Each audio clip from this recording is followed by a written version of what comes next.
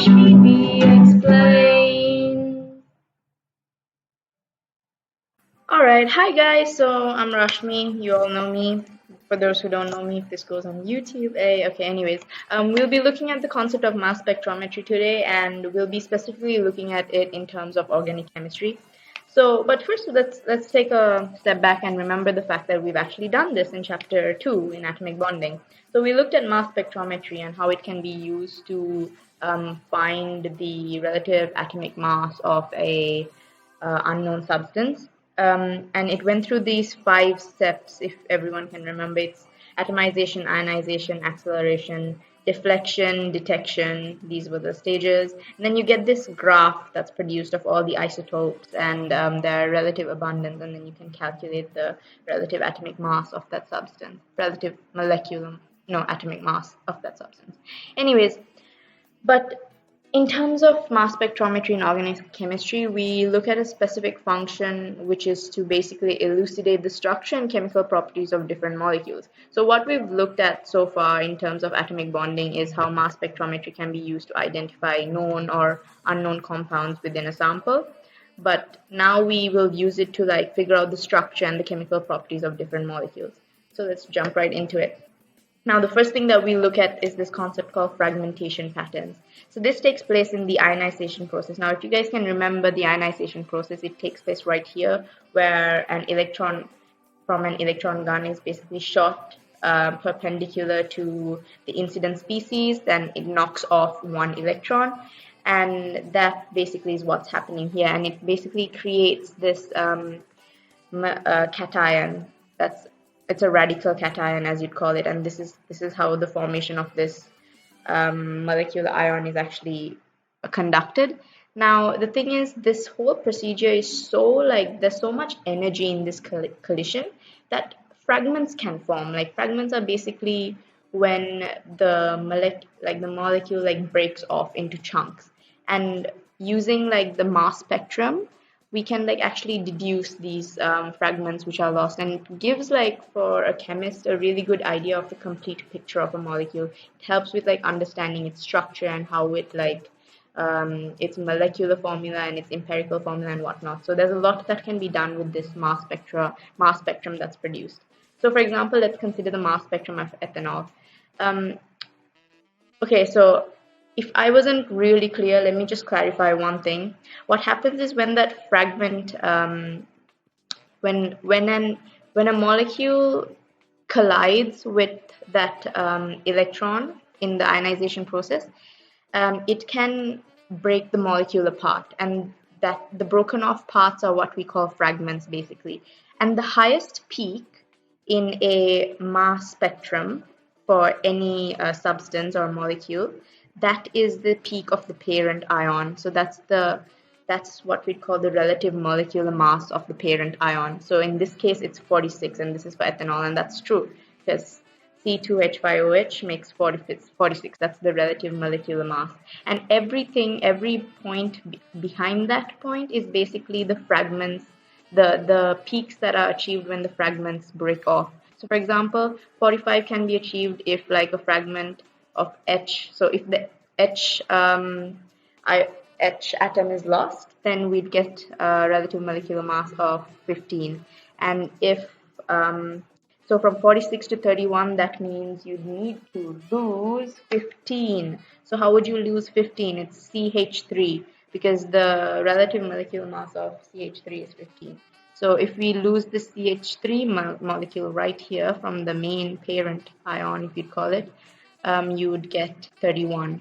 And for example, for 29, you would need, yes, you would need 17. Exactly. That's what I thought.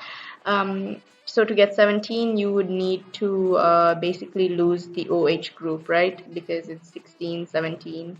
And then if you had C2H5, you could achieve 29. And to achieve 15, it's the opposite of 31, which means that you'd need to lose this entire group right here and just be left with the CH3, right? So that's basically how you just read the mass spectrum. And this is my attempt at drawing it. I know it's terrible, but I'm sorry.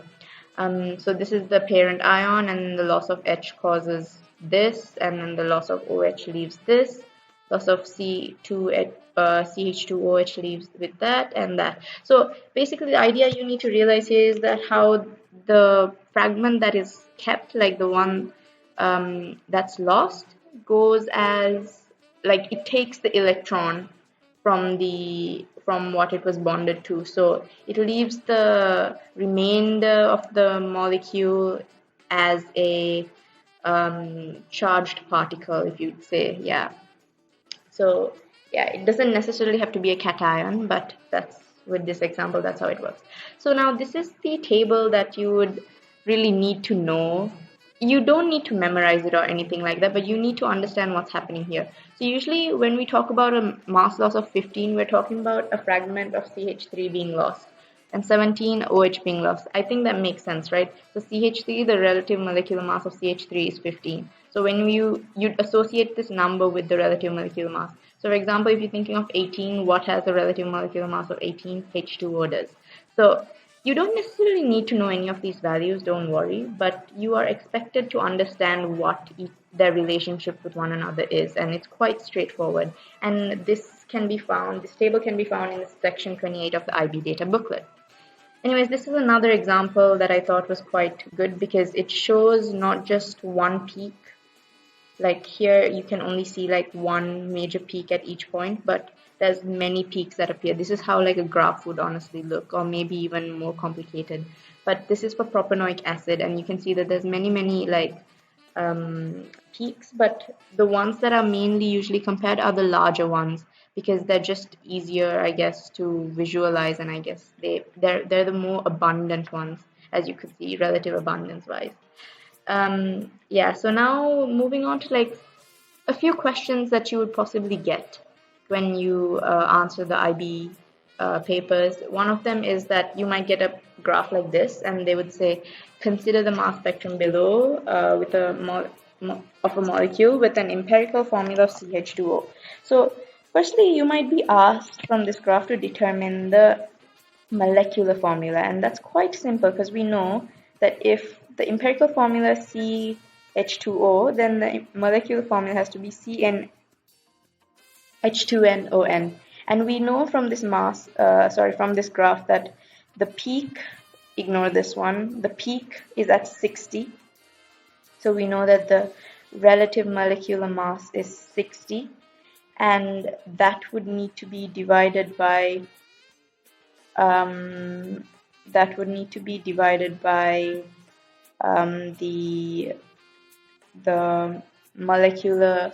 relative molecular mass of basically the empirical formula, which is C is 12.02, H2 is 2.02, and 16, which makes, you just add them up basically. I'm sorry, I'm just not very good with this software. So 60, which is the mass that we get from this right here, divided by the relative molecular mass of the empirical formula, gives you N, which is the number that you need to multiply each of the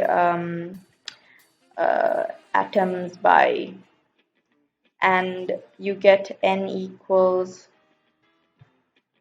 2. Yeah, this is really not good. So then therefore we can say that it's C2H4, and then this is O2, and we know that this is in fact ethanoic acid. Now another thing that you might be asked to do is to determine the structure of this molecule, and it's quite simple because honestly, I mean, we know that if it's a carboxylic acid, it needs to have a COOH group in the end, or like in the beginning or somewhere. But okay, so firstly, we know that if it is in fact C2H4O2, firstly, to get the peak at 15, you would need the COOH group to be lost, right? Because 60 to 15, that means you would need to be 60 minus 45. And if 45 can be achieved by removing a COOH group. So therefore, the COOH group needs to be bonded nearby so that they can we remove together. Now we also know that if it needs to get a peak of 43, it would be 60 minus 17, and we know that 60 minus 17 can be achieved if the OH group is gone. So this function works, and we also know the peak at 45 is caused by 60 minus 15, which means if you remember the graph before, 15 mass loss is usually CH3, so therefore we'd be looking at a structure like that. And yep, that's basically some of the main questions that you would get. Okay, anyways, you get the point. That's some of the main questions you would get in association with mass spectrum. I hope you enjoyed. Peace.